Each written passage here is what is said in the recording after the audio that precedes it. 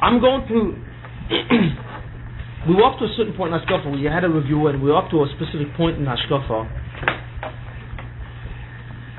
And what I'm going to skip slightly in Hashkafa and go a little further into the field. Normally speaking, I would really should go into the Hanogas HaMishpat into more specific details. But we've been at Hashkafa for a while, and I think what is good here is a piece of Hashkafa that's quick and fast and has results and is result oriented and in terms of concrete knowledge of situations and relevant that are going on right now. So that's why I've chosen a very interesting topic that I'm going to speak on. Okay. I'm going to answer the question to the Olam, and the question is like this, the following. Somebody asked me a question, which is, and I'm going to throw the question out here, and try and see what we can do. When you look at the entire world, and you see there are many goyim in the world, there are many peoples. The world has several billion people, about 4 billion people I think now, or 5 billion. And there are many different peoples. There's an incredible number of ethnic groups, cultures, and so on and so forth. I mean, different types of people, and physically and culturally, there are many different cultures, and so on. What is a culture? Culture is essentially the complete societal pattern or behaviors of a group of people. That's their culture. It's the particular values certain people have, values, political ideology, economical system, laws, legal system, and various institutions, the way they relate to marriage and other kinds of things. All these things form essentially a people's culture. There are many different cultures. The French culture is vastly different than the culture of the African Bushman, and that's vastly different than the culture in China, or the Alaskan culture of the Eskimos. I mean, incredibly different, each a whole different system, and so on.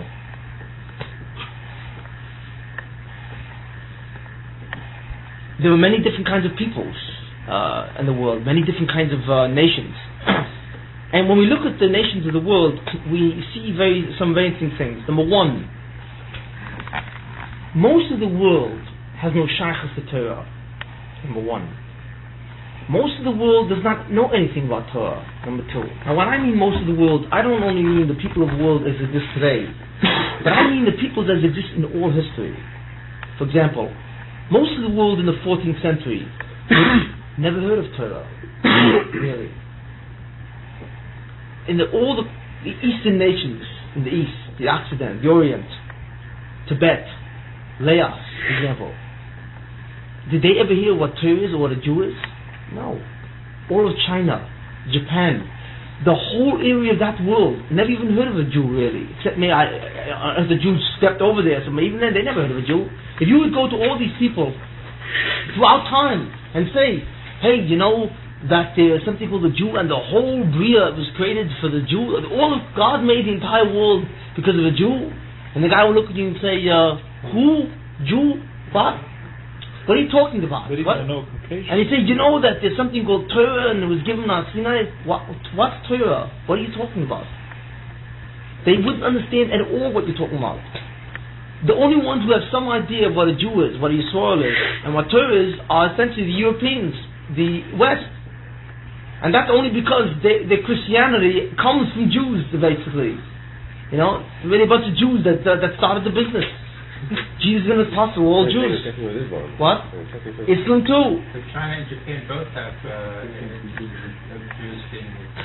They're very small Jewish communities now, but in most of the history, most of the people of the world never heard of Jews or had anything about the Jews, the culture, the Judaism, or anything. They know nothing about it. They didn't know about even Caucasians. No, they don't quite. They didn't know. Marco Polo came, so it was a big chiddush. He went back and told the Europeans there was civilization beyond, in the way past India. You know, it's Cathay, called Cathay, where there's, all kinds of people, there's amazing inventions and so on. The Europeans never heard of Cathay, ancient China, ancient India, the ancient Hindus, Sanskrit. I mean, all this stuff was unknown, and so on. Only when you found in history, for example, Mongolia, Attila the Hun, who came down from Mongolia all the way down from China, all the way into Europe, and the time of the late period of the Romans, or the Genghis Khan, all the invaders, the great Oriental invaders that came down. That's when Europe first figured out, there's someone else on the other side. They knew on this and that. They never heard of it. So these people on all the other side, they don't know what a Yid is. So we find an incredible thing that most of the people throughout time have no shaykhs to Torah, have no shaykhs to Yiddishkeit, have never heard of the thing. What's the question? The question is, if the Torah is the ik of the whole Bria, like the Banishim says, if it weren't for my bris, my covenant with Klal Yisrael, every day and night, then I would never have created the universe. Torah is the ikar. Without that, nothing will come into existence. You see, like it says, the gracious, the word gracious, the Balatum says, gracious Vo'or Elikim Sheikablu, it's an acrostic. Gracious Vo'or Elikim Sheikablu Yisrael Torah. That's why there is a gracious. But since the Banishim saw that there would be an ummah that would be Makabel Torah, there's a Bria. And many, many things you see. The Torah says very specifically, without Torah, there's nothing. Yet you find that most of the Ummahs Olam never heard of it. There's no shaykh to it. Most of mankind. There are 4.5 billion people today. Of all the religions in the world, the smallest of all religions in the world, essentially, which is any kind of thing, is Yiddishkeit, Judaism. The next in large number are all the African tribal religions, which number about 60 million. Then you have Catholics, which are hundreds and hundreds of millions. 600 million. And how many Muslims? About 800 million, I don't know. And then you have a great deal of the world is Confucius, or Buddha, or Hindu. Then there's a lot. Then the Protestants and a lot of atheists too. But essentially, the amount of Jews in the world constitutes an incredible small number. How many Jews are there today? How many Jews in the world today? 18 million? Something like that. There are 18 million Jews today out of 4.5 billion people. How many of them are showing? Oh, that's something else. That's not, whatever the story is. When I put it down, we're not to forget about the Ketugim here. The Ikazach is that the important thing here is that like 18 million, and the Baruch says with this 18 million the whole Bria stands. But that sounds interesting. But what about all the other 4.5 billion people? If Torah was the central core of the Bria, why is they know nothing about it? It's a very interesting question, and any person who's honest with himself would really ask at this thing. Where they go?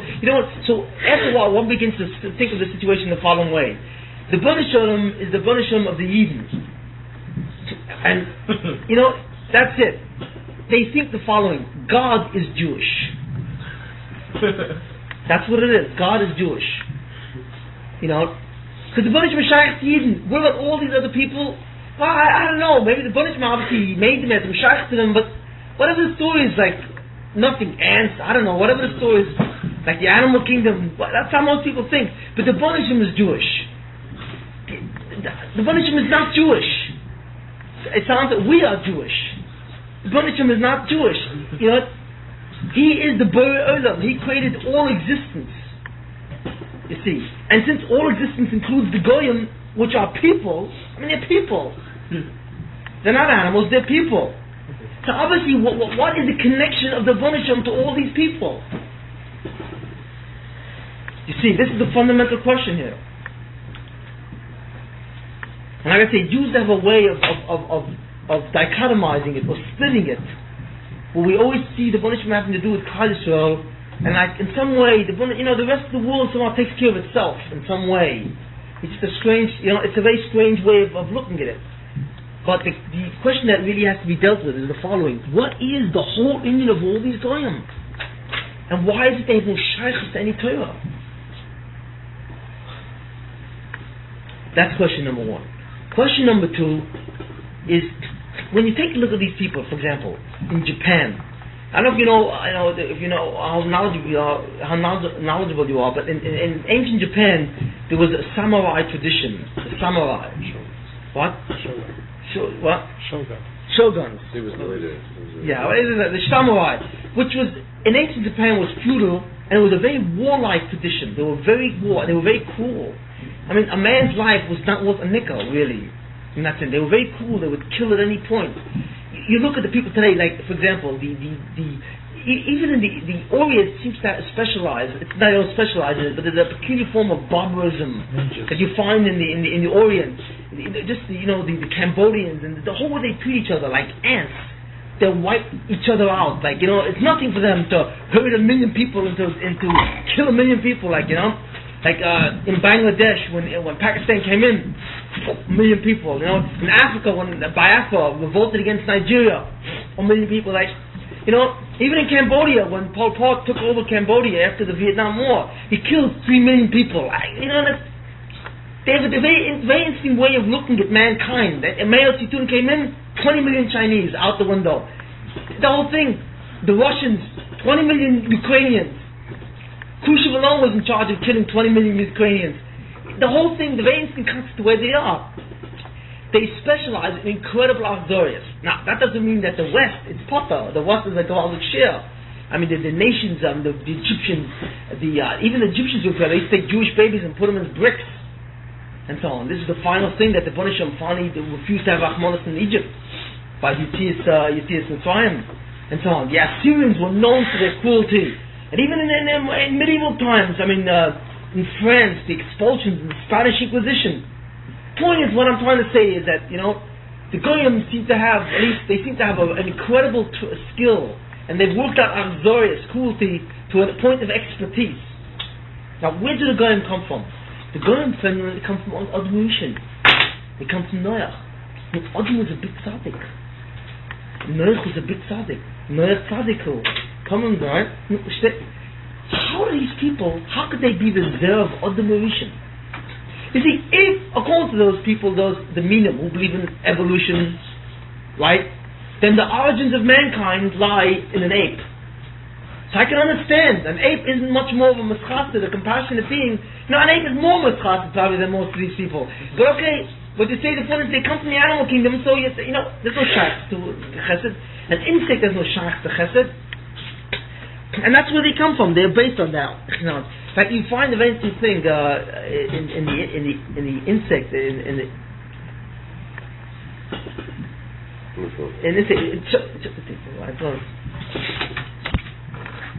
but yet you see that when it comes to many Goyim, they don't have the difficulty of being ruthless. You see. The question is, where did they pick this up from? You see. Their Ovis weren't gorillas or amoebas. They didn't come from insects. Or from, they didn't come from lower forms of life. They came from Adam Rishon. Now, remember we once spoke about who Adam was, Koydem Achet. Right? Adam Koydem Achet was astounding. The kedusha of that person was astounding. You see. Even after the chet, he never did a very after that. His sitkis was Oyim and Noah. His son Shais was Murdik. And Noach and all, from Noach and all down, these are very big tzaddikim. What happened? Well, how did you find all these girls that have this kind of quality? That's the second question. The third question is the following. The Buddhists created how many men in the beginning? One man, Adam Rishon. He told Adam Rishon, I want to do a certain mitzvah. Right? If Adam had done the mitzvah, what would have happened? He said this quite a number of times. What? It would have fulfilled the Naam of the Ksufa, and Adam would have gone into Gan Eden, into Olam Haba. The world would have basically ended at that point in terms of the tachlis of Naam the Ksufa. Yeah, the Zman, to put it more succinctly, the Zman of Avodah, of Ishtadlus, would have ended, and the Zman of Gemul would have started. Olam Haba. Now, I asked you the question. No, that was because of the Chet. Only because of the Chet. Shis Alpha Shnin is only because of the Chet. Okay, now let me ask you the question. Was Adam Jewish, or was he a Goy?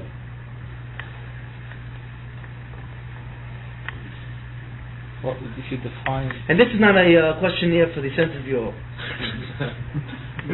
What? He wasn't Jewish? No. At that time, there wasn't. Don't let people hear you say that. So was he a Goy? If you define a Jew being one, and then he was one, and then he was the only guy. But was he a Jew or was he a guy? Guy. Both. Neither. Both, neither, or sometimes always and never. All of the above, maybe. Okay. No, he's neither. The point was. There was no Jewish stuff like that. Well, okay. The point was that's okay. The point was there was obviously there's no Jew and Goy at that time, really. I won't say that he was basically he seemed to have done neither. He was Adam, right? Now the Banishim wanted Adam to do the mitzvah, right? Right? The fact that there are Jews and Goyim is a consequence of the chet of Adam Rishon, right? Which means that originally the Banishim had never any kavanah to divide mankind between Jews and Goyim. That was not his kavanah. You see that? So then what is a Jew and a Goy? Why this division? Where does this come from? What is a Jew and what is a Goy? You see, that's the most fundamental question. We read, the other question before. You see, before we said, what is if the Ikkev the Bria is Torah? Why is it that most people will have no shaykh to this? Why is the Indian of a Goy like this? Number two, how could Goyim be, or how could they manifest such anxoyas when they're obvious or such kedoshim? And then the third question is, we see from the Torah that the Banishim never even wanted there should be a chilik between a Jew and a Goy. That was not his kavanah. His kavanah that Adam Rishon should do the mitzvah and go to the Olam Haba. So therefore, what happened and why did suddenly the world divide into Jews and Goyim?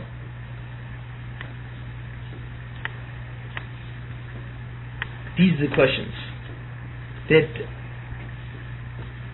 They're not easy questions to answer. Your inability to answer this question, I'm assuming an inability, indicates that if you don't know why there's an Indian of a Goy eat, if you don't know what a Goy is, all these things, how do you know what a Jew really is, in a certain sense?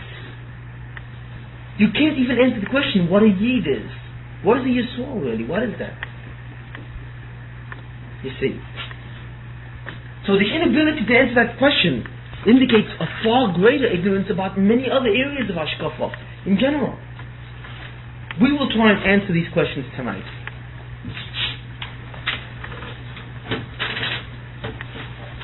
That was the following. The Banishim created Adam Rishon.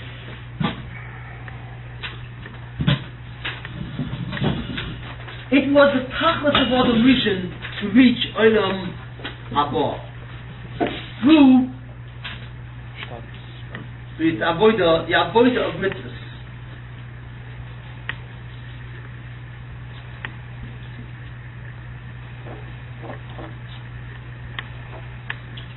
That was the tachlis of Adam Rishon. Physically, one What's that? One mitzvah. Yeah, well, in that case, it was one. There was one mitzvah. Step one. Adam failed. So the Midas Hadin said, he failed. Right? What do you do to a man that fails? Forget about it. I gave you, you have a chance to get Olam Haba and not Sakanam and Tzufa. You didn't earn it, forget about it. So the Hanagas Yichud comes over and says the following. Wait a minute. Let's change the situation. Let us retain the tachlis of Olam Haba, you see, but instead, no longer will we give that tachlis to Adam, but we'll give that to his toldos, you see.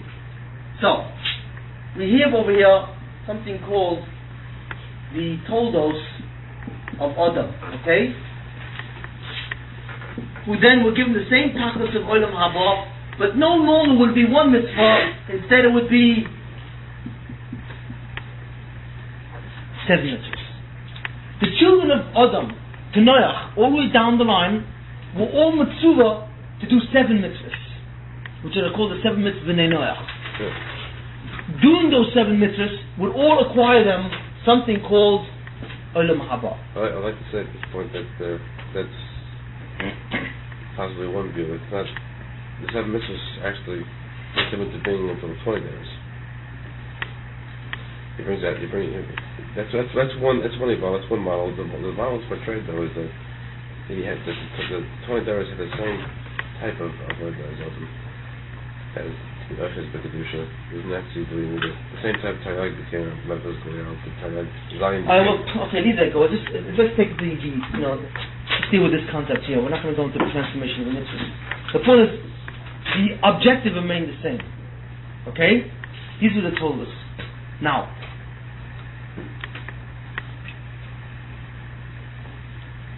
all the Torahs of, this was step 2. These Torahs, all the Torahs of Adam Rishon, all his children, right? All his Torahs, also did not keep those mitzvahs. They were Rishonim. So, the Mitzvah Din came up and said, we failed with Adam, we failed with his Torahs. Forget about it. The Hanagas HaYichud comes up and says, no, let's not do that. So the Hanagas HaYichud brought up a different kind of situation. What he said was the following: let us isolate a certain section of these Torahs, and let that section retain the original objective of Olam Haba. Okay? So, there was isolated a certain section that would retain the Chelik in Olam Haba. That section came from Avraham Avinu.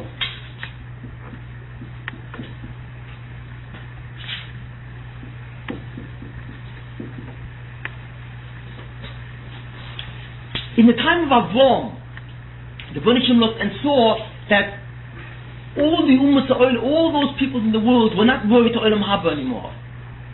They were all Rishonim. But that one of them, Avraham, was worried to Olam Haba. So what Hanagas HaYichud did is said, let Avraham and his Torahs keep this objective. Okay?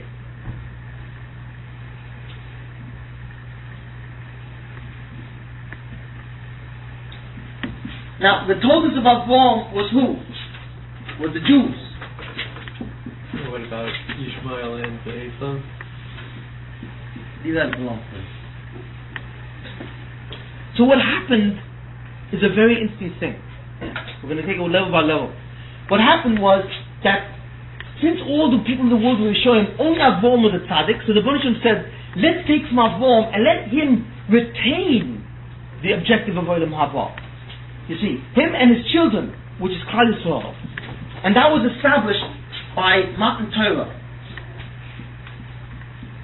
which had Taryag mitzvahs.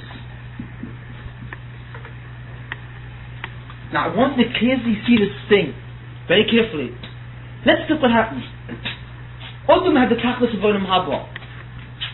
He failed. It was continued on to his Torahs. They failed.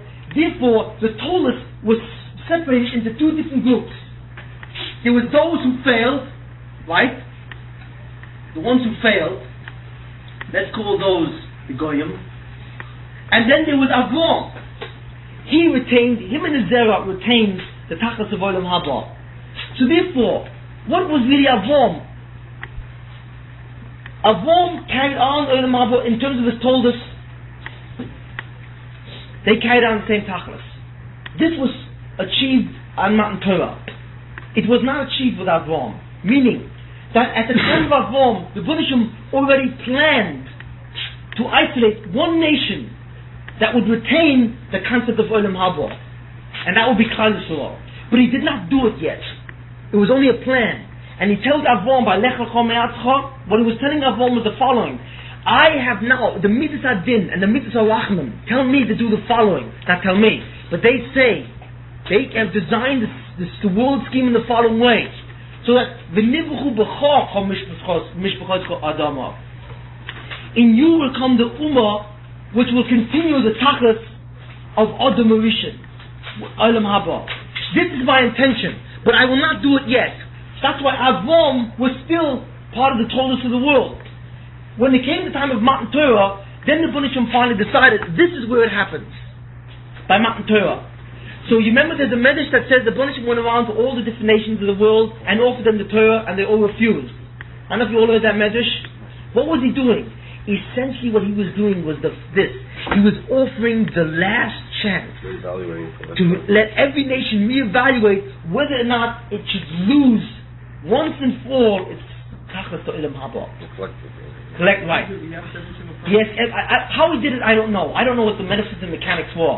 But what the Medrash says that in some way, every neshama of all the ummas olam were questioned whether or not they want to continue the union of olam haba like other mission, or they want to forget about this thing.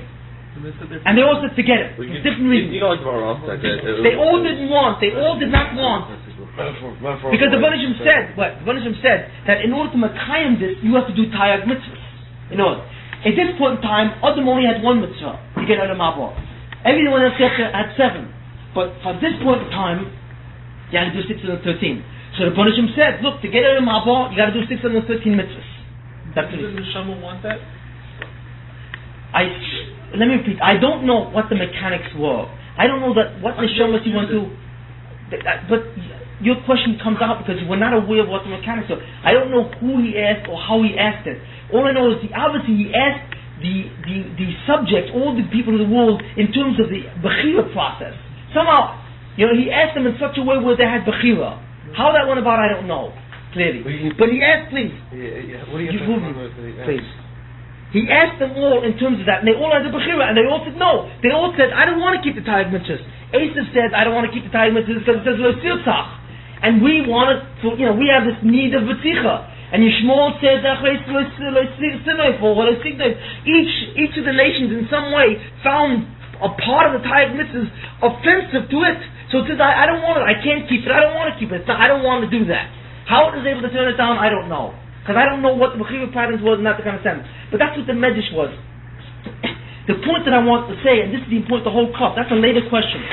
The point that we have to consider, which is critical, is that all the peoples of the world were asked first. And then when they all turned it down, the Jews were chosen and they became the nation which would represent Adam Rishon. You see. So good. And once that happened, all the Goyim were cut off. So, they were cut off. No longer did they have Shach to Olam Haba. You see? So in other words, the Midas Adin determined already that at this time already, such an action would be necessary. But the Banishim didn't do it.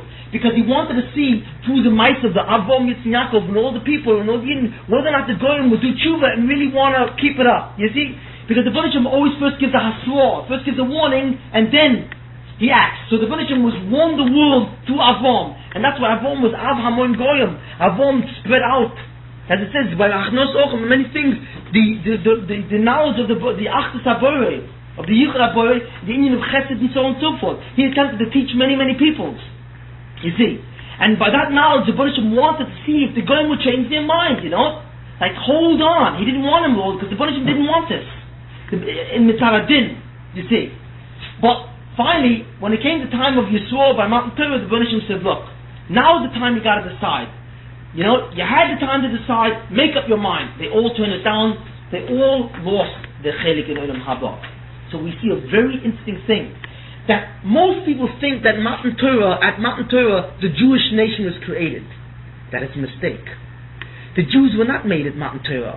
What was created at Mount Torah was the Goy. You see what I'm talking about? The exact opposite. Why? Why did that what I'm saying is true? Because the Jew is not a chiddush in the world. The Jew is nothing more than a continuation of Adam Rishon. From here you see what the essence of a Jew is. The essence of a Jew is he is a being, a person who has the possible attainment of Olam Haba, and therefore who's put in this world to be Ovet in order to get Olam Haba. That's the definition of a Jew. So why are they? That was the definition of Adam Rishon.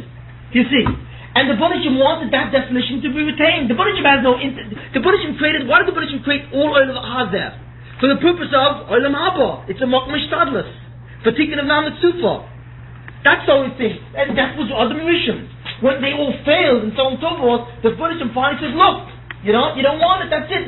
So, they were cut off from Olam Haba. But the Jews weren't cut into anything. They weren't brought into anything. They simply were there by the simple fact that they kept up their avodah like Adam should have done. Through Avram. That's all. So what was created in Mount Torah was the Goy. Because in the entire world, the concept of a being, of a person, that has no shaykhs to Olam Haba never existed before then. But did the person who has shaykhs to Olam Haba exist? Of course. Everyone had shaykhs to Olam Haba before Matan Torah. Everyone. Because that was the Yerusha of Adam Rishon. They were all, from Adam Rishon until this point of Matan Torah, every person on earth was a Ben Olam Haba. The concept of a Ben Olam, the removal of that concept of a Ben Olam Haba happened at Matan Torah.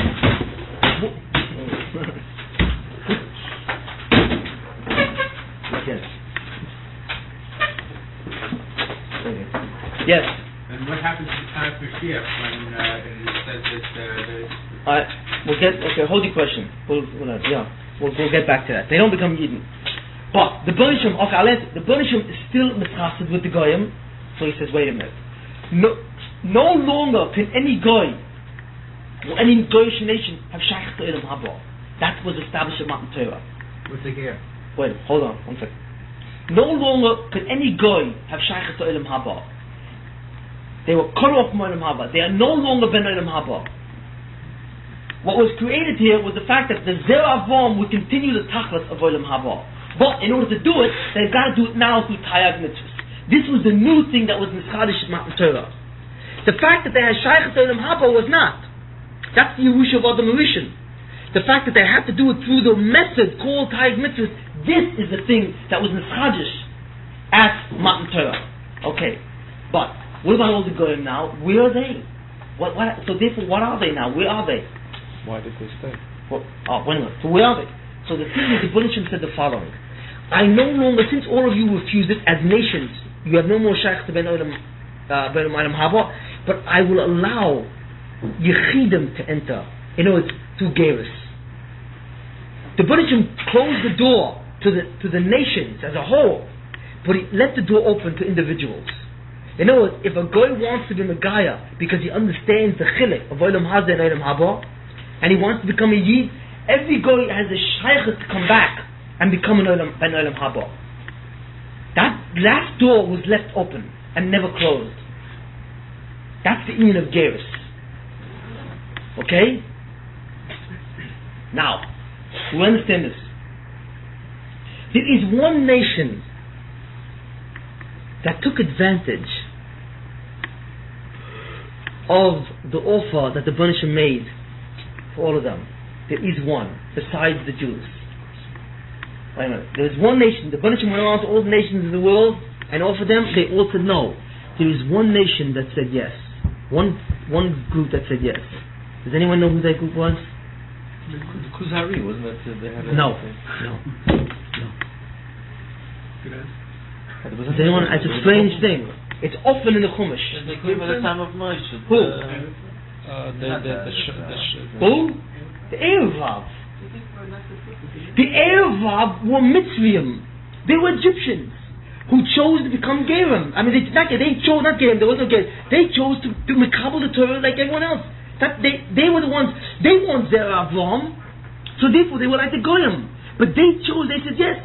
Whatever reason they chose, because they saw the Nisim, that doesn't matter. Everyone saw the Nisim and Mitzrayim and so on. But the point is, they saw it maybe first hand in that kind of sense, and they said, yeah, we want to join. They were there, Abraham. What? Come from Yisrael. No, the Erevav was from the Mitzrayim. They were Mitzrayim. So the Mitzvah not come from Yisrael. No, the Mitzrayim come from Chom. From Noach, from Chom. Yeah. That's it. They are the ones, most people don't realize it. The Erevav were the Goyim who went along here. So therefore, Matan Torah had two nations. They had the nation of the Zerah Avraham, you see, and they had Shaykhs of Olam Haba because of the Maisim of Avraham, and the Erevav who came in because of the offer that was made. But because of the fact, and both of them together became Klal Yisrael. But what happened was that since, even though all of them are not Klal Yisrael, right? But since fourth, there was a Jew who came from Avraham, and then there was a Jew who came from a Mitzri. His Zayda was a Mitzri, and his Zayda was Avraham. You see, that made us do a very big difference, and that's why by the Chet of the Egel, the Erevav fell much further, much faster. They are the ones who started the whole mice of the Egel, because they didn't have the Koyach, they didn't have that Chusovas. But that's a whole other shir. I just want to bring that in because that was the one exception, the Erev Rav. Okay. Do we all understand this? Fine. Do we understand what a Jew is? A Yid therefore is a Ben Olam Haba. What was Adam? A Goy or a Yid? In the general sense, he was a Yid. You see. A Yid is nothing more than an extension of Adam Rishon. Do you understand? So what did he do? So what they want? So what's a guy? So we understand now what a Yid is. What is a Goy? A Goy is someone who is not a Ben Olam Haba. That is a negative definition, and that will not suffice. It's more than that. You're right. The fact that they were excluded from Olam Haba means that they're Goyim. But the Shaila is, so what are they doing here? What are they doing here? They're here because the Banishim wants to give them a possibility of becoming Gerim? Yes, one thing. But that's a very extremely simplified answer. That's not what it is. 4.5 billion. What? Not 4.5 billion. What is a Goy then? Okay, let me explain it. I will give you the hint. The Hamidus Yichud worked an incredible thing. It's an amazing thing. There's a Mishnah in Avos. It says, Kol Yisrael Yesh Lehem Chelik L'Olam Haba. You all know that Mishnah? In the beginning of Avos? Every Yid has a Chelik in L'Olam Haba. Right? What does that mean, every Yid has a Chelik in L'Olam Haba? If he's a Rosh Gomer, he's got a Chelik in L'Olam Haba? No. Because you can only get in L'Olam Haba b'Tzara Din, even in the Sakanam Netzufa. No Rosh Gomer is going to L'Olam Haba. That's not where it's at. You see. So what does it mean, Kol Yisrael Yishem Chelik L'Olam Haba? What it means is the following. Every Yid has the possibility or the potential of Olam Haba. You see. If he's a tzaddik, then he gets Olam Haba. If he's a Rasha, he loses it. But he has a potential for Olam Haba. You see what I'm saying? If the B'vaisa were written in any other way for Goyim, it were written like this. Every Jew has a possibility of getting Olam Haba. He can either gain or lose it. Every Goy has the possibility of obtaining Olam Hazeh. Olam Hazeh became their reward. That was the shift. A Goy is a Ben Olam Hazeh. For what? What does it mean a Goy is a Ben Olam Hazeh? He gets this world over.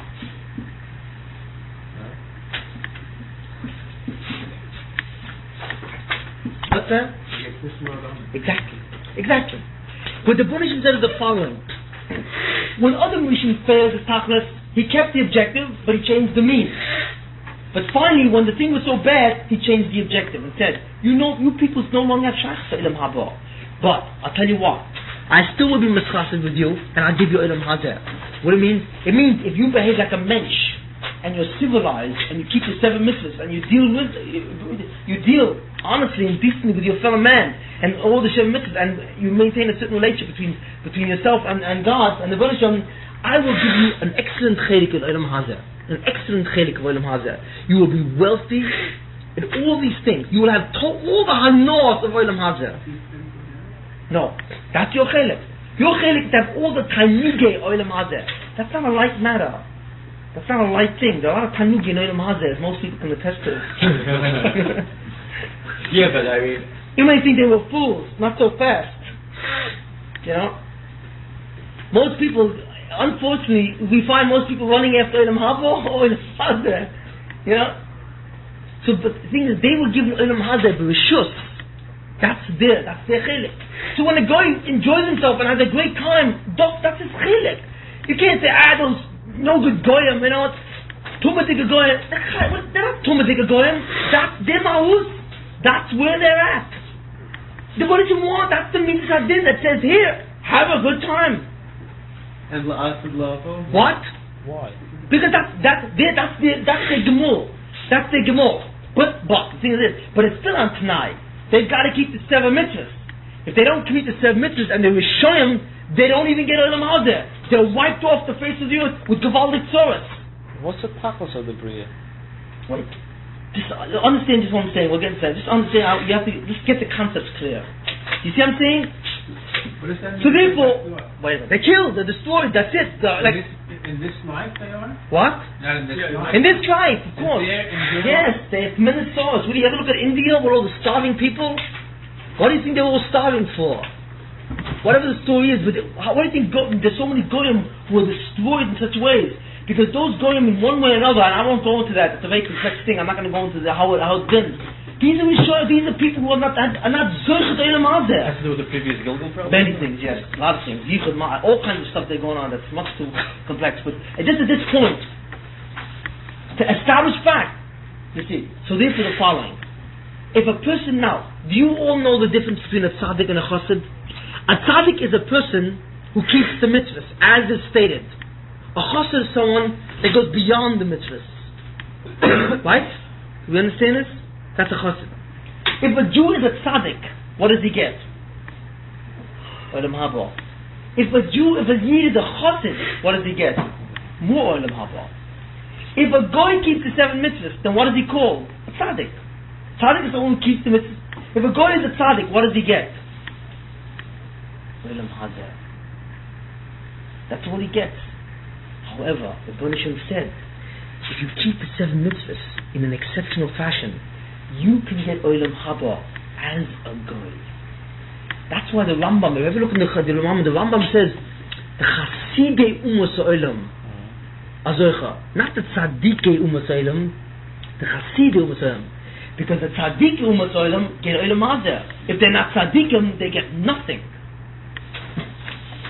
You see. So that's what we see. It is still possible for a goy to go into olam haba. It is. As a goy. You see. If he keeps those 7 mitzvahs in an exceptional fashion. What that exceptional fashion is, that's something, that's another discussion. But that's, understand that he's an emes mudik elech goy. And there are many goyim like that. There are many goyim who are mudik tzaddikim. Well, I don't know, like Henry Jackson, for example. I don't know him personally, but I wouldn't hesitate to say he was Chassidim Olam. He was more Jew than that. The Jews were. He was such an. These goyim were mudik Olam Yisrael.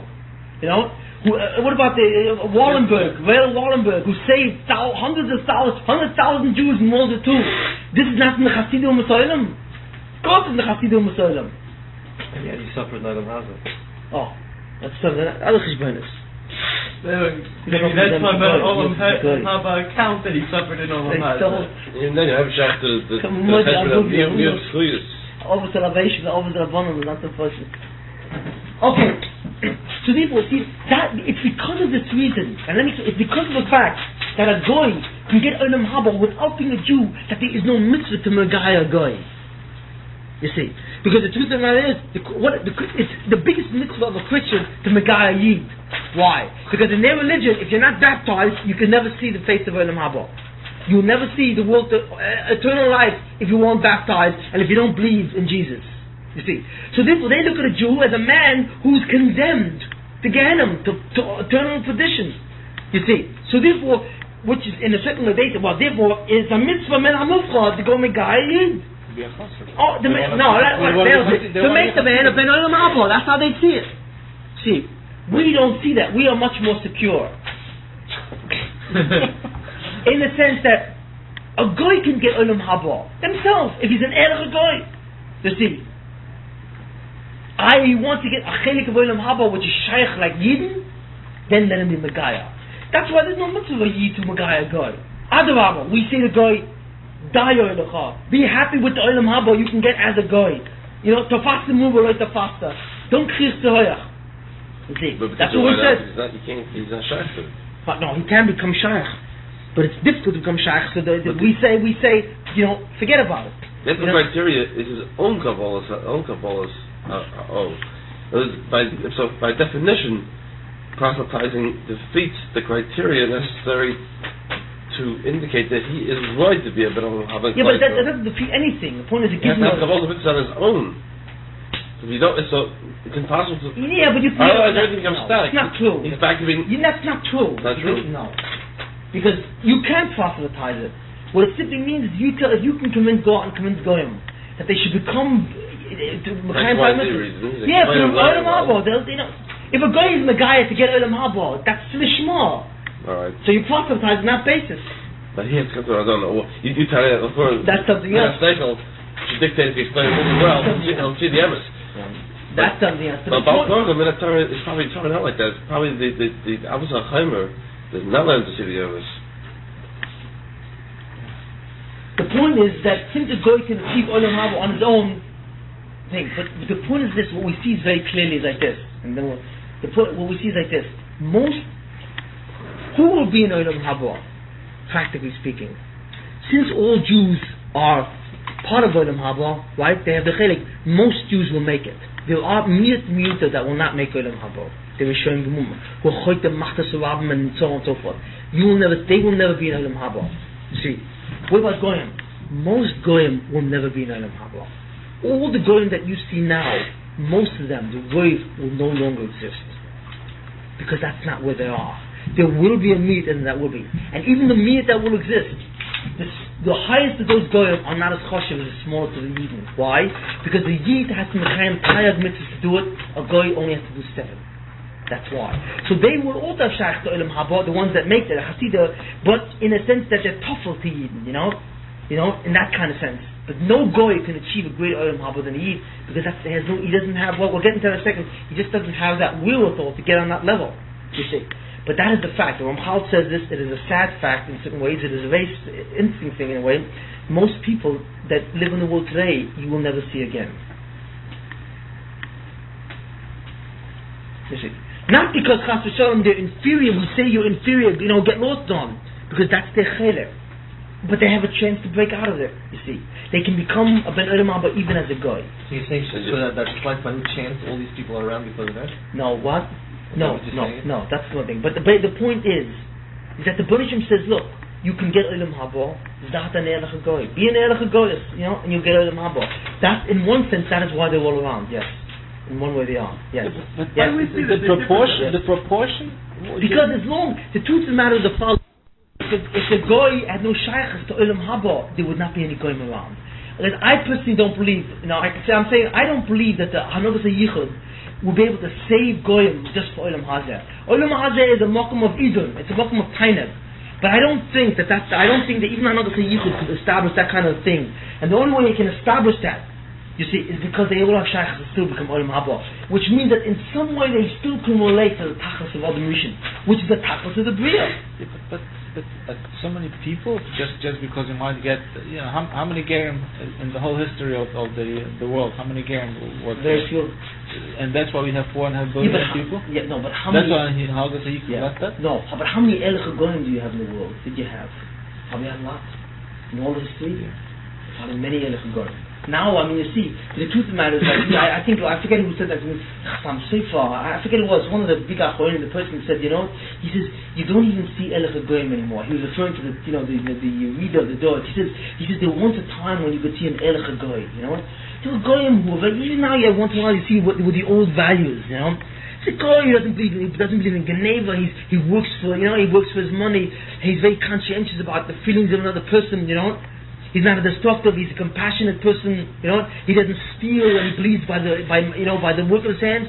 So there were a lot of goyim like that. It's not so posh. There were goyim who were very bad, but there were a lot of goyim who were erech guys, and so on.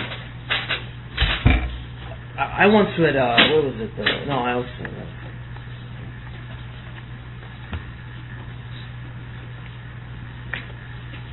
There are a lot of goyim, for example, who are mischated with goyim. They deal with tzedakah.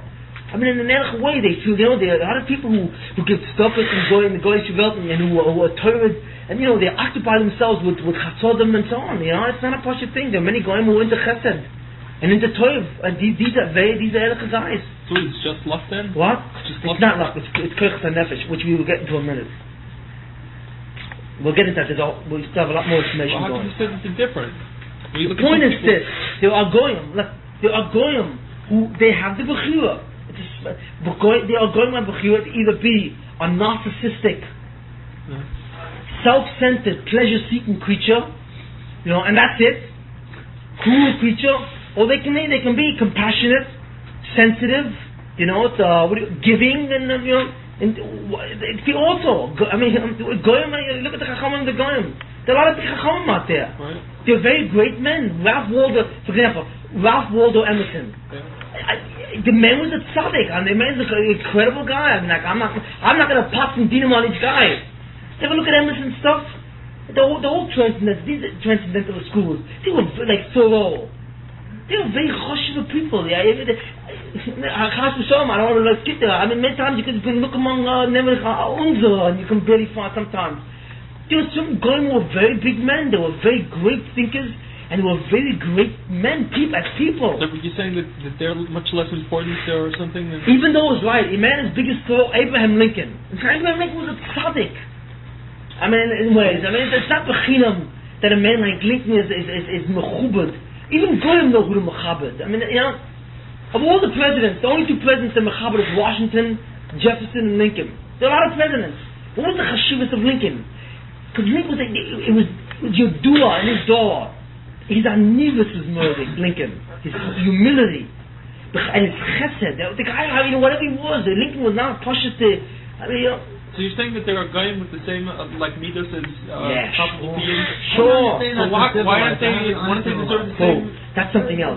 Uncivilized goyim is something else. I mean, there's a lot of goyim are behemoths. I mean, there's no question about that. But that's the way they think you're doing these things correctly. No, it's not. No, it's not. No. You want to know what you want to know. You understand? I say to you, a goy doesn't have to know that. I think if this is what it's like, a goy doesn't have to know that he's going for olam haba to get olam haba. That's not what the thing is. I think you think that. He doesn't have to know that the Jews say if you become keep the civil mitzvahs, you get it. That's not really where it's at. It has to do with the goy himself, his behavior. A goy, for example, a goy himself, according to Psak, you go into our shilas here, but a goy is a very elch goy, even if he's a Christian. And he's an elch guy, can get olam haba. I understand that. That's what it is. So what's the problem? Because you're saying that tribe they don't. that's in Brazil. Who? An Indian tribe that's in Brazil. They don't know anything about the. Okay, right. Okay. It's obviously it's more complicated. We're gonna get it. Week by week. There's a lot of stuff here. Okay, we'll get into that. I just want you to I just want to ask you. You're saying that most Yidden are going to get in, most Goyim will not. That's what you said, yes, right? Just by the setup, Goyim cannot. Most Goyim will not, because once you've lost the ability to acquire a certain thing, right? And in order to get that ability, if you're in the field, right? If you're in the dugout, the shot. If you want to play baseball or not, you just simply get up and walk into the field. If you're in the dugout, but if you're outside of the whole field, right? You got to get through the door first, and then you got to get in the field. So it's much more difficult. But I don't understand. You said with the same midas, this guy's going to get in, this guy's not, because he's Jewish and he's not. Who? Is that what you're saying? Because there's many Yid is mechayev chayav mitzvahs. Stick in the 13. So even if a Yid does not have all the same midas, but there are many things that he does that will be erlach. There are many mitzvahs ben adam mokum, for example. For example, let's say you have a Yid who got with a ganaf. It's a big ganaf and so on. But there are many mitzvahs that he will do. In terms of tzedakah, all the chesodim, and Torah, many things that will bring him into olam haba. So when the guy does those same exact things, they don't count for anything? It does, no, because if a guy does those things in a very powerful way, that he can get olam haba. But if a guy doesn't, just barely gets along, then what happens? The Buddhism will make him into an usher. He'll make him a rich man.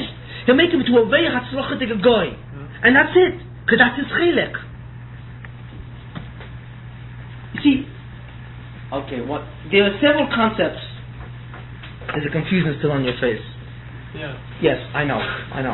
There are several concepts which I have not spoken of yet that will illuminate the picture much clearer. I've left them out yet. Okay? We'll get to all these different things.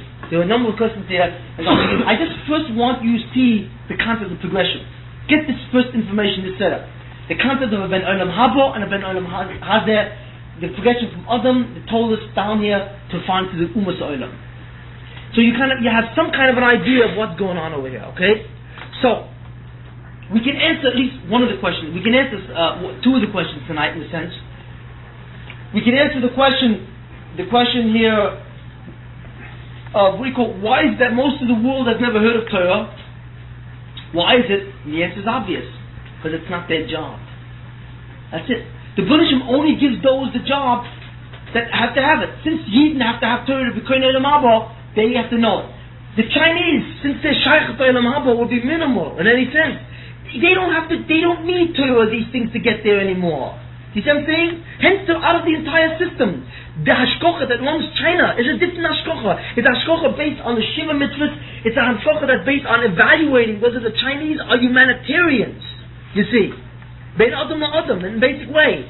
It's a different kind of thing. It's not. It doesn't evaluate whether or not they sit in whether they're oile b'kedusha. A goy cannot achieve kedusha. The thing that a yid can achieve, which gets into Olam Haba, is a certain level of kedusha, a certain level of ruchnius. And we'll get into that next time. A goy cannot achieve that. You see. So therefore, the hashkoch is not on the goyish nations to achieve kedusha or Torah or these mitzvahs. It's only to whether or not they remain civilized and humanitarian. You see, that will get them into Olam Haba. That's those goyim that are removed by themselves. What? Those almost like European interfaces by themselves. Before the hashkoch is related. Okay. Now, I like the first. No. Two critical concepts that are missing that will illuminate this much more.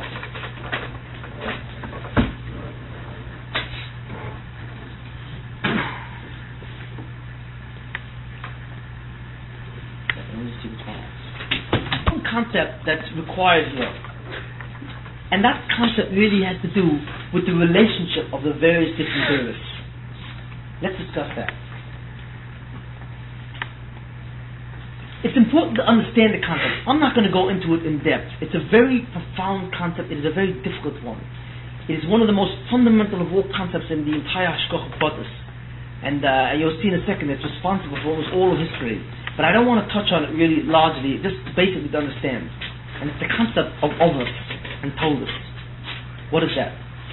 Adam Rishon was one man, right? When Adam failed to do the chet, right, he had told us.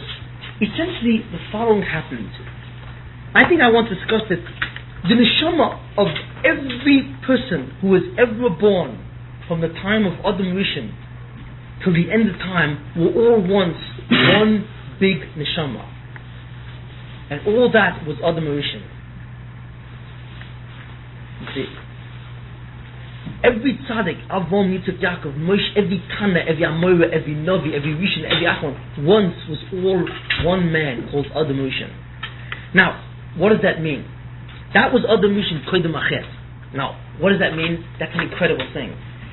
Because what it is the consciousness of that being is staggering. You know? Because the neshama is so powerful, the ruchnius of that neshama is so incredibly powerful. You can imagine what must have gone on in his mind and his sensitivity to ruchnius, which makes sense to Adam Rishon Kodem Achet. We've had shiurim on this. I'm not going to go back on that. And that's your okay. When Adam did the chet and the thing changed, that neshama was fragmented, was split and fragmented. You see, into different neshamas, which means. Now, that Adam, those people were once part of him, but now they're separate. They're all separate individuals. Each of those fragments, right, went into a different body and became a different person. What I mean it became a different person, I mean the following. Each of those fragments has the ability, when inserted into a body, to establish a state of consciousness or awareness and a self. You see. What it takes from Adam Rishon, or what it still remembers, is the contents of that consciousness. It becomes aware of many, many powerful things. In other words, when the neshama of Adam Rishon fragmented and went to different people, all those people now were different individuals. They were all different people. You see, but they all retained the sensitivity to ruchnius that Adam had on a smaller level. In that sense. Now, obviously, since they were all part of him, whatever Adam did affected them all. That's exactly what happened. Why is it that the chet of one man affected all mankind? Why? How could the chet of one man do such incredible damage to so many people, like Misa and all these gzeres that came on because of the chet of Adam Rishon? The answer is because everyone was once part of Adam Rishon. So he simply affected his chalokim. That's what it was. That's why we're all affected by the chet of the Nochash, of Adam Rishon, and the Neshichas HaNochash. That's why we're all affected by it. Because we were once part of Adam Rishon. It's as simple as that. The relationship that Adam has with his Toldos is very similar to many of the peoples here.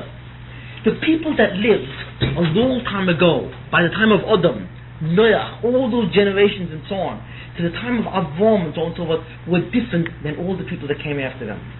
Why? Because they all were super collections of neshamas in certain ways. And that's why they were all called Ovos.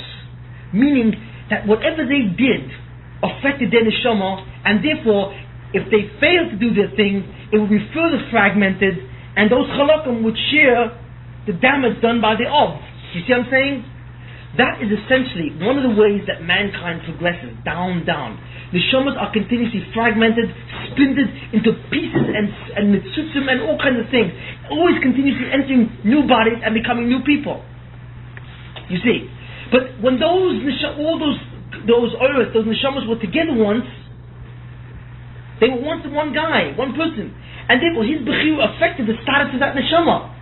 If he did well, if Adam Rishon had done the mitzvah, he would have gone to Olam Haba, and every piece of every chelik of him would have gone to Olam Haba, and that's the end of it. The same thing, if his Torahs also had that koyach, they were no longer that super neshama called Adam Rishon, but they were all still on the level of super neshamas. They were still very high. That's why they're called Ovos. All the people that lived in Avom time, from Adam to Avom, are called Ovos. Ovos means that what they do can affect their Toldos from generation to generation. Because their Toldos from those generations take pieces of that neshama. Do you understand what I'm saying? That's why Avom, Yitzchak, and Yaakov are called Ovos. They're not called Ovos because all the Jews come from Avom physically. They're called Ovos because every Jew comes from Avom spiritually. When Avom was Omed ben Esoyan 10 times, the Baruch Hashem said that from your neshama will come, you, because of all the mitzvahs you've done and the neshamas that you have done, you see, you will have influence, be mashpia on your neshama in such a way that it has a tremendous madrega relative to Olam Haba. So therefore all your Toldos from now on will be sparks or chalokim of your neshama, but they're more like sparks, and they also have that koyach. So you actually inherited the whole koyach of kedusha that you made. You see, and same thing with Yaakov and all down the line. You see, until the 600,000 Jews of the Torah, and by Matan Torah, the census said that there were 600,000 Jews, adults basically, 21 male adults. You see, all those 600,000 Jews came from Avram, Yitzchak, and Yaakov, and they all had some kind of mitzvot or spark from the Ovos. You see, it is that spark which qualified them all to become a Ben Olam Haba, because they were all in some way related to the Ovos. You see what I'm saying? Those 600,000 became sub-Ovos. You see, sub-Ovos, and from that time on, it stopped. It stopped basically, so that until Matan Torah, the people who lived at that time, through their maisim, could affect the spiritual status of their descendants. They were called Ovos. From the time of Matan Torah down, it stopped, and no person could thereafter affect the spiritual status of his zera, of his descendants anymore. It stopped with the 600,000, and 600,000 was the last of the sub-Ovos. So that all of us and every Jew in Klal Yisrael since that time is connected to one of the 600,000 Shirish. That's why the people who lived the time of Adam till Matan Torah are called Shroshim, roots, origins.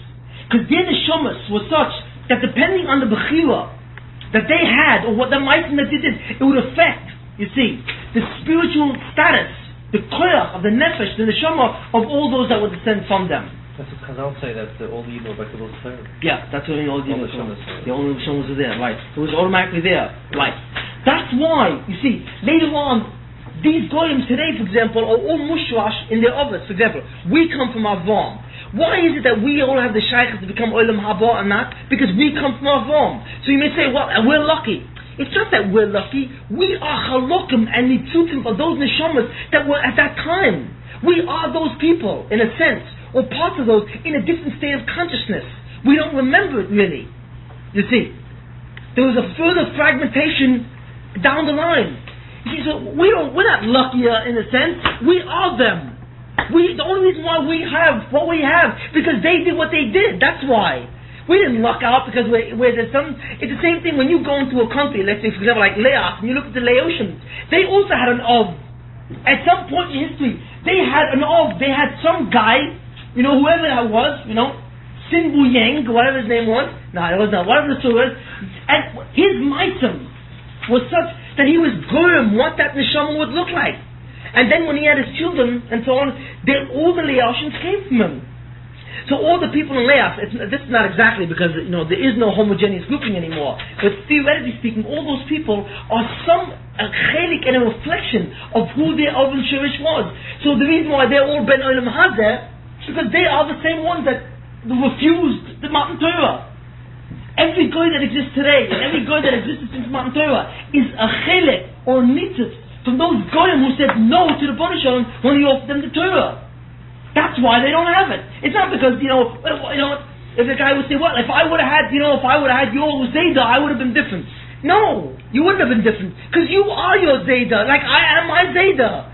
You see, in some way I'm directly connected to my Zayda. You see, it's not that's unfair to you. You know what I mean? You're the guy that turned it down. You don't remember it. But it was your koach that you look the way you do because of what your Zayda did and because you are part of what your Zayda was. Do you see what I'm saying?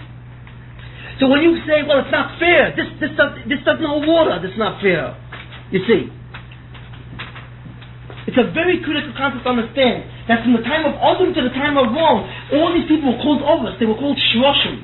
And they had that koach until Matan Torah, in which it was then taken away. And that all those people have told us. So therefore, in a very we're going into this, but this is the connection of all peoples to their ancestors. There are other types of connections, and of course it goes on, and there's a lot more. The subject is a lot more complicated than that. But it suffices at this point to understand this. You see.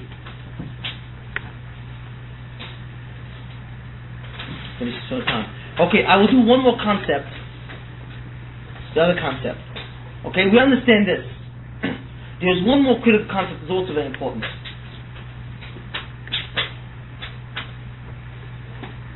How does a Ben Olam Haba become a Ben Olam Hazeh? Ontologically, or in being. You must understand one thing which is very important, and this is a very, very critical idea. You see, when the Bnei Shalom says, you are Ben Olam Haba, you are Ben Olam Hazeh, what does that mean? What is that, a selection, a choice? You see, take a goy and take a yid. You put them two together and so on. You have a goy and a yid standing next to each other. They look the same, don't they? They do. They have the same kind of body. There is no difference in their biochemistry. There is no difference in any of the, physiology or anything. They're exactly the same. But there is a difference. And that difference lies in their neshama. What do I mean? One has a totally different kind of neshama than the other. And here you get to a very critical thing. I'm going to write this now. Okay? You get to a very, very critical thing. A curious thing.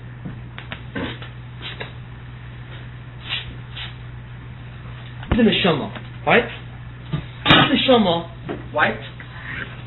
Can either be a du tov, right? Be a tzaddik, right? Or be a tzaddik, or can be a rasha, right? This neshama, well, that's the good. But simply that's what it is, okay? That's the person. Correct? Okay. What? Forget about that. Let's understand first side of Russia. Forget about this. Let's get the basic concepts. Now, when the neshama becomes a tzaddik, it's over its entire life. What happens to that person? What happens to the person is the following. You remember we had a long shir a long time ago where every neshama is created mechusa, is in a state of chesaron. Remember we said this? It's in a state of chesaron. Every neshama is in a state of chesaron. It's missing. It's missing earth. It exists, but it's missing the full existence of its being. It's missing earth. The tachlis of that person is to become a tzaddik by doing the mitzvah and being over it's cleaner earth. It acquires new earth. Okay? So what happens is the neshama of a tzaddik is the same thing as the neshama. This is the neshama when it started out. This is the neshama of a tzaddik. A neshama of a tzaddik is a neshama shleimus. It has full earth. You understand? It's being. Remember we said that the earth, we had a shir which said that the earth either sustain or to maintain it. Remember we said, or it can strengthen it, invigorate it. Well, that's what a tzaddik's neshama is. A tzaddik's neshama is one where when he started out, he had a certain neshama level, but it was mechusa. It was lacking in shleimus or in earth, in kedusha. By doing the mitzvahs, he was cleaner, new earth. And that Eretz is mashlim the neshama. So now the neshama is much more powerful in its perception and sensitivity to ruchnius and kedusha. Remember this. This is from a previous share. Okay? What happens if he becomes a rasha? What happens? What happens is the following: is that the neshama is still mechusa because there's no Eretz coming down. But in addition, there is a tumah which becomes associated with that neshama. You see, that is a tumah, a klipa. We also mentioned that by Adam Rishon when he did the chet, he brought him tumah into the bria and into his own neshama. If you recall from a previous year, so you got to keep. The neshama acquires. Not only is it in a state of chesaron, right, but it also becomes in a state of kilkul because it has tumah associated with it by the chet. A chet has the effect of bringing a tumah around the thing. It's like a shell, a klipa. Klipa means shell. Around the neshama in some way so that it blocks it from the auras. You see, that's what a rasha looks like. There is no aura here, it's still chesaron, and also it's in a state of kilkul or state of tumah. Okay? Now, this started out on a certain kedusha level. Let's call that kedusha A. Here, when it's in its full kedusha, we'll call that kedusha B. Okay, that's the maximum when it's invigorated fully. Okay, kedusha A means it has a certain amount of kedusha by virtue of its being. You see, but it's not enough. It's still mechusa. It has to acquire kedusha B, which is a much higher level, right?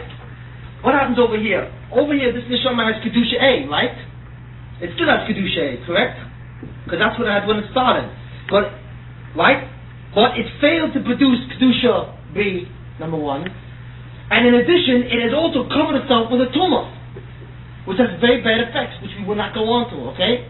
That's what happens. Does everyone understand what I said till now? We've said this in different ways by other mission, the chet and so on, but this is what happens. What's the word you got? Full. Full. Yes. Full iris.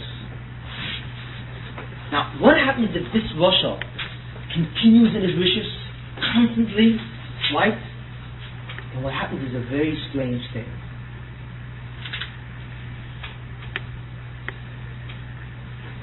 The effect of a rasha, or the effect of Ra, you see, is one of the effects of Ra, which is the effect that we see here, is a devekus, Ra. It's a devekus of Ra, with Ra of Tumah. That's the effect of Ra. But if the person continues in wishes for a certain period of time, we totally mutbah in Tumah and in all these things, what happens is the Yetzer Hara then runs up. The Mitzvah then says, oh, wait a minute, this person here, or this guy, you see, is an incredible rasha. He doesn't stop. And I'm already saturated in this guy. Like I'm all over his neshama. You know what I mean? It's like a malignancy, like a tumor. I'm all over, I'm in every organ of his neshama there. So the Mitzvah then has the right to go up and say, wait a minute, let's begin to cut off pieces of his neshama. And that's what happens. The tumor closes in and the neshama gets cut in half to a much smaller level. It loses its original kedusha, you see, and is completely covered with tumah, so that there's almost no kedusha in it. You see, already a minute piece of kedusha left, right? Let's call that kedusha X, a minute level kedusha, but in its main, it's covered with tumah. So whereas over here, this thing was, let's say, a certain kedusha, and here it's like 99% tumah, 1% kedusha. What is accomplished by cutting it in half?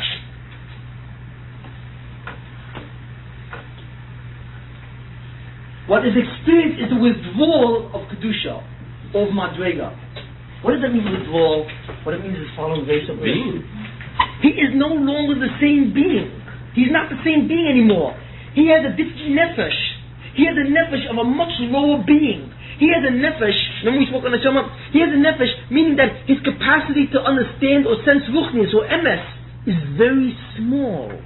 He has very little appreciation for emes or appreciation for higher things. It's very small. And he achieved that because of his intense wishes. there was an actual withdrawal of the Kedusha. The Madrega of the Neshama descended so that it lost the Oris. Over here, when he's a tzaddik, he acquires Oris and becomes Shalom. Over here, if he's a Rasha, right, he doesn't acquire any Oris, but he doesn't lose Oris. He doesn't acquire any new, so he still remains Mechutza. But instead he gets Tumah. So what he is, he's in a state where he's Tomei, he has a lot of Tumah, and he doesn't have any new Oris. But he doesn't lose the status which he has. On this level, where there's a withdrawal of Kedusha, he begins to lose the original Kedusha which he had. And what happens is, it begins to siphon, the Neshama goes lower and lower and lower, and is siphoned off. So that finally he's left with a Neshama which can barely appreciate any Ruchnius at all. You all understand this? That's the second Madrega of Ra. That's the second consequence. This is what happened to the Goyim. In order to be a Ben Olam Haba, you've got to have a Neshama of a certain level, Kedusha A. You've got to have that. Because Kedusha A means that your Neshama has enough Ruchnius in it to be magish the Madregas of Olam Haba, which is the Madregas there. You see what I'm saying? If you're a tzaddik, then you're kind of full of these earths and you can appreciate Olam Haba in its fullest sense. If you're a Rasha, what happens is you don't get those earths, but you still have intact the earths, right? That still allow you to have Shaykh to Olam Haba. They still have given you the earths which are on the level of that, so you can have Shaykh to it, even though you don't have it. Except you have Tumah around it. Well, the job is to get rid of the Tumah, you see. But if we get rid of all the Tumah, which we can do through, let's say, Yisur, and there's certain ways you can get rid of Tumah, then he remains with his Kedusha. He remains with the amount of Kedusha he has to begin with. And that's Shaykh to Olam Haba. But if he's so bad, and he loses that Kedusha itself, he no longer has the minimal level of Ruchni, which is capable of appreciating Olam Haba. That's what happened to the Goyim. When the Banishim said to the Ovis, at that time, he said, wait a minute, you're not doing the job, you're always showing Gemur. And the Banishim said, I warn you, Goyim, you will change in being. Not only you will change what it means to go from a Ben Olam Haba to a Ben Olam Haza. Doesn't mean that just a shift in terms of objective. It means a shift in terms of your inner nature, your inner panemius is what changes. And that's what the Banishim warned them. He said, your being will change. You will no longer be the same person, even though you will look like the Jew, physically. But you will have as much shaykh to the Jew, you see, as a roach. A roach has to a person or gorilla or whatever the story is. That's how far you will be away in Ruchnius. Although you don't feel it now, because in Olam Hazeh it's all covered up. No one knows it, you see. But when it comes to time of Cheshbon Din, when it comes to time of Yom HaDin by Olam Haba, suddenly every guy will look and see what his neshama is and realize that it can't make it. It can't get to Olam Haba because it doesn't have the Uris. You see what I'm saying? That's what happened to the Goyim. There was a withdrawal of Kedusha. There was a reduction in their neshama to the extent where it no longer had a shaykhs to Olam Haba. That's what the Goy was. And this started with the Ovis of the Goyim. They did the thing and so on, and they reduced their neshama to the level where it no longer was shaykh, it no longer had the capacity to perceive or could appreciate or be sensitive to Olam Haba. You see, so therefore there was no other choice but to give them Olam Hazeh in that sense. And since all they told us have the same thing. But what happens when a guy is Megaya? The answer is when a guy is Megaya, no. Then the Kedusha comes back. When a guy is Megaya, he takes on a new neshama. Suddenly his neshama expands to the original Kedusha. That's what Geirus means. Geirus gives him back the original state he was before this thing happened. So therefore his neshama is shaykh to Olam Haba. Let's say a guy is not Megaya. He's simply a Modik Elech Goy, right? And so on. What happens is his neshama does not go back to the original Kedusha, of course, but it begins to expand in Kedusha so that he begins to come up to the minimal levels or the basic levels of Olam Haba. In other words, that's what we see. And remember this very carefully. To become a Yid is to become a different neshama. To become a Hasidic Goy. To become a Goy is a Chassid. To become a guy who's from the Hasidim Musalim means to acquire tremendous new Oris. Even that guy, a guy Chassid, is totally different than a guy Rasha. It's like two different beings. As much as a guy Chassid is different from a Yid, a guy Rasha is totally different than a guy Chassid. And the difference is measured in their pneumias, in their neshamas. That's where you see it. That's where it's at. This diagram applies to Yidden too. Yes, right? yes. Well, yeah, here. But they all have the, These things apply to Yidden. This drop when Goyim was created. That drop doesn't apply to Yidden? No. If there's a Jew Russia who's... No. I will not go into it now, but that was the Haftocha. Wait a minute, hold on. I will say one more thing and I'll end it there. That's a very hard statement to say. I will not. Listen carefully. Listen very carefully. I described to you the two processes of the Kitrug, of the Yetzer Hara, what he achieves, right? This happened once in history. Only one time in history did the Banishim take all those neshamas and reduce to the level where they no more have Shaykh to Ilam Haba. Wait a minute. In the time of Avraham, in that time of Noach. So the Banishim went over to Avraham and said, look, you, from your children, you will be the Ben Ilam Haba. So Avraham turned around and says, hey, wait a minute. 1 minute. The Banishim says, I will guarantee this. Remember the Banishim said to Avraham? He said, all things. So Avraham said to Banishim, how do I know this is true? That's by the Bris Ben Absalom. Avraham said by the Bris Ben Absalom, he said, you're telling me that my Zerah is going to have Eretz Yisrael and Olam Haba. You tell me all these things. Fine. How do I know this? So then the Banishim said to him, he answered him a certain way, and he said, because your descendants will go into Egypt, and they'll become slaves, and then I will release them, and they will leave with a tremendous rechush. I'm not going to go into the Banishim's answer. That's too deep at this point. But I will go into anywhere else that it wouldn't happen again. Wait, to Yechidim. You see, you make special... Please, sure, please. Let's go into Avraham question, then we'll get to yours in a second, then you'll understand. What was... Many people learned that when Avraham said the Mo'ida, how do I know that Avraham was being a shtik chutzpahdik? That's why they say he was punished. He was punished. His descendants had to go into Egypt because he had no right to ask. How could he ask something on the Banisham? That's not really what happened. That's not true. Avraham was not chutzpahdik. Avraham had an eisen kasha to the Banisham. He said, what do you mean? What are you talking about? He says, you're telling me that my Zerah, my descendants, right, are going to go to Olam Haba? How do you know they're going to go to Olam Haba? Could you see it? What do you mean you say that? What guarantee there is against the Midas Abdin? What happens if my children become Rishoyim?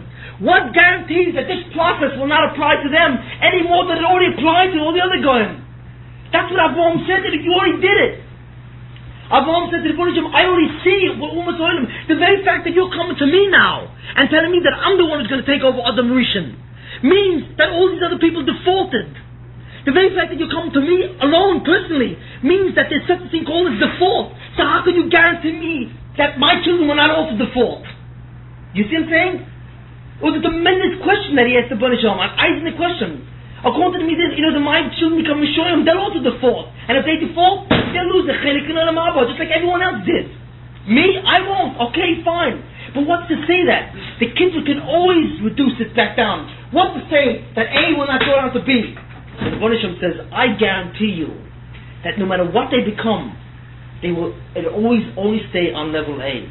The worst that can happen to them is tremendous dvekus in klipas, ketuma. But they will never lose the kedusha, which is basically necessary to get to Olam Haba. Now, how did he guarantee that? That goes in the Hanoch Yichud. He said, through the Hanoch Yichud, I will work it in that way because of the fact that every Jew later on will be a nitzitz from you in some way.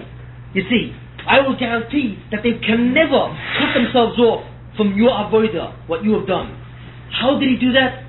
That's a whole different shir and so on. That's Can you ever get back to the first state of Kedusha, like in diagram A? Let's say you become on diagram B. One becomes in diagram B. What do you mean? On Kedusha with the klipa surrounded. Yeah, this one. Can you ever, with certain tshuva and whatever it takes, to get back to here?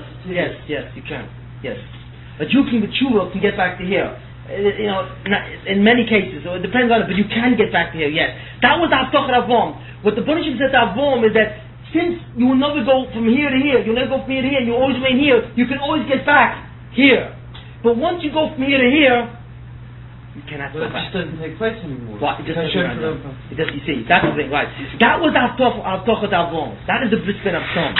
Yes. And you can't tell until Yom HaDin, you can't tell the previous of the person, right? What difference does it make to the person on a day-to-day basis in acting?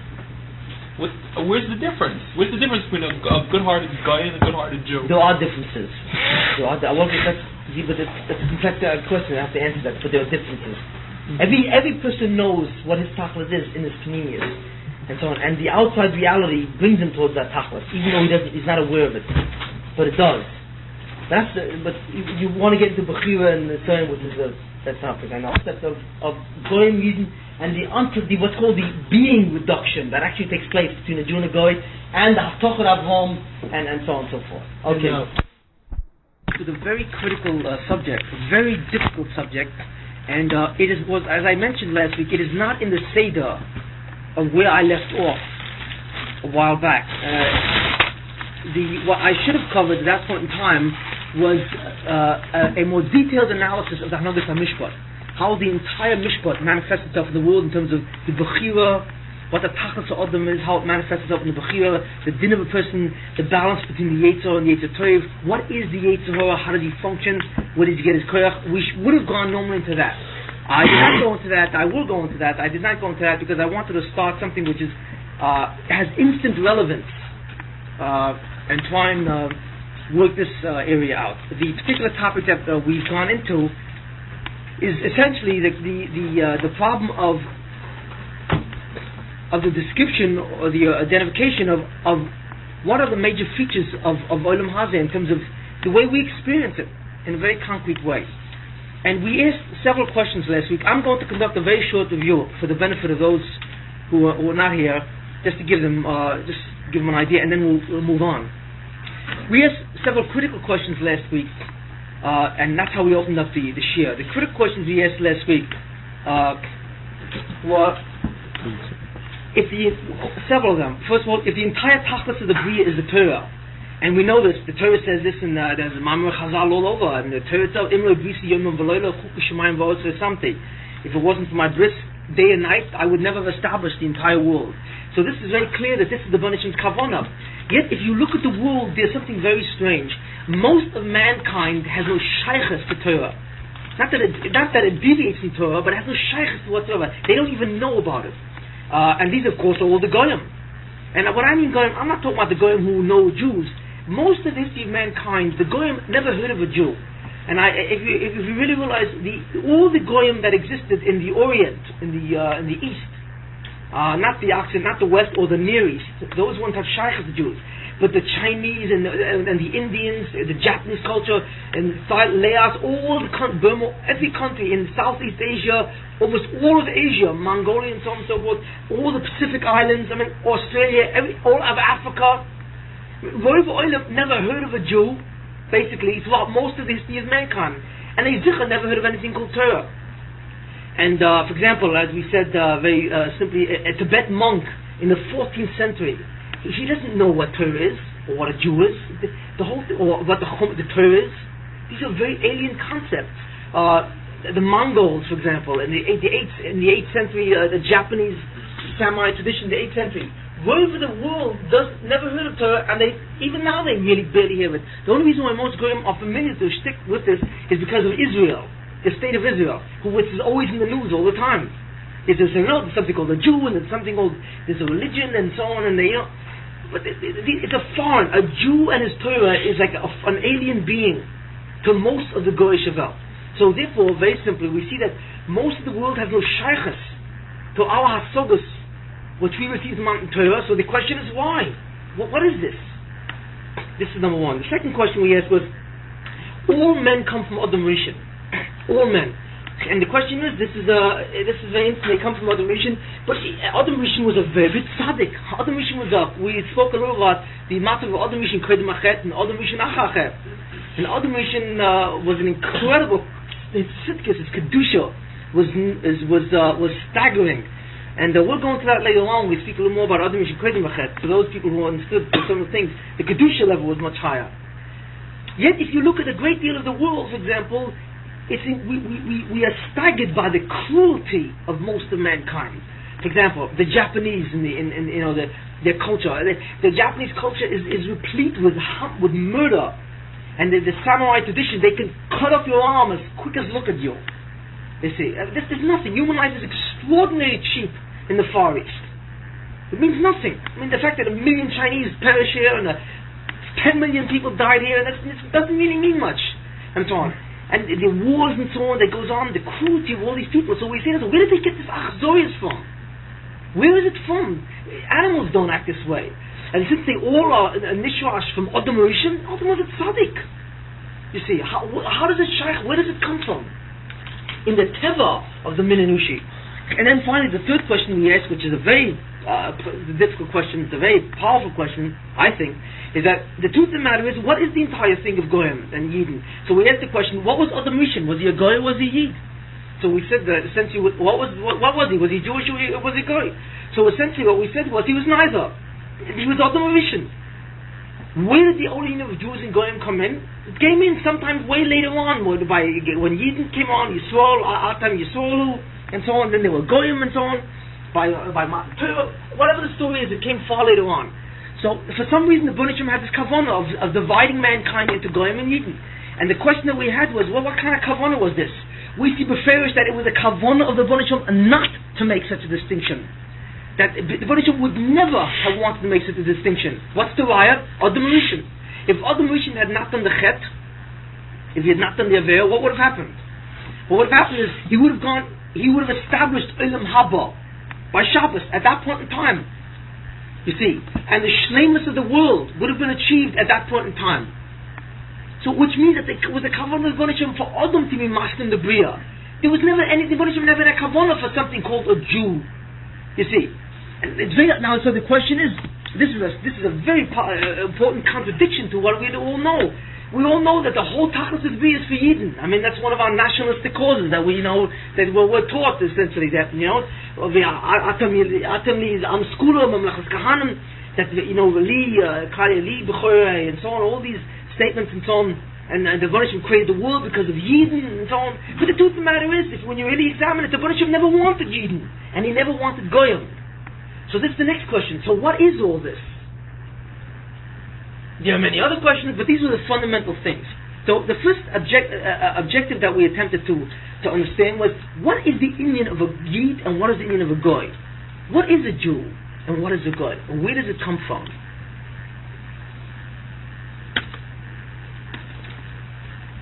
If we can answer that question, we have achieved a lot. Because, first of all, we will understand what it means to be a Jew, number one, and we will also understand to a large extent what happens in this world. To some degree, why the different world, the Ummah Ha'olam, the different nations of the world look the way they do. And what shaykhs do they have to the Tachlis HaBriya? This is essentially how we started off. What was basically our answer? How did we essentially attack it all and so on? Well, last week we started on the first sequel to the answer. Many of you have said to me, well, they listened in this and that, but for every one question which is answered, there are a dozen new ones which are created. And likely so, you see. I mean, I would hope that in all the shum that you've learned, one thing I've always taught you is never to be satisfied, even with the shum that I give, never to be satisfied, and to become critical thinkers in Ashkafa. And, and most of you have asked, there are many questions to be answered. And the truth is, there are many, many questions. However, these questions cannot really be answered in one time. Why? Because there are many yesodis that have to be established along the way. And you will see that one event in history could be serving several different purposes. And this is where the confusion begins to come in. So we're going to treat this topic in a sequential manner, taking one step at a time, seeing what the basic yesodis are and building them up. And you will be surprised at the ultimate picture